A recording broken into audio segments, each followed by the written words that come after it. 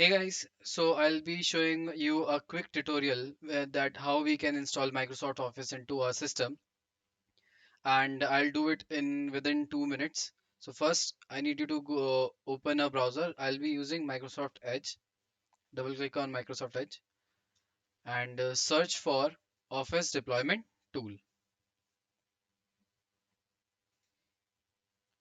Now click on Download Deployment Tool and a file will get downloaded to your system.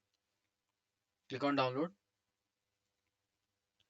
and open the file that is getting downloaded to your system.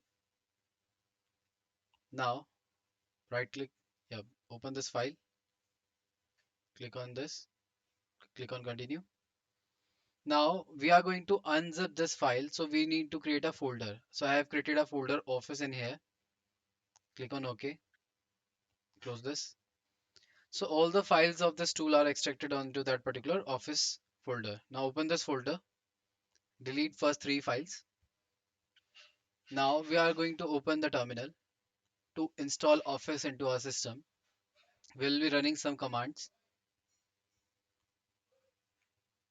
It is taking some time.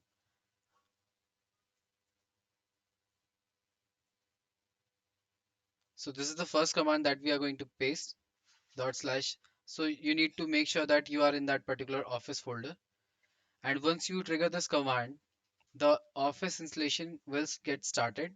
Make sure that you have a working internet connection into your system, and it will take about 5 to 10 minutes to get completely installed on your system. This is totally dependent on the internet speed.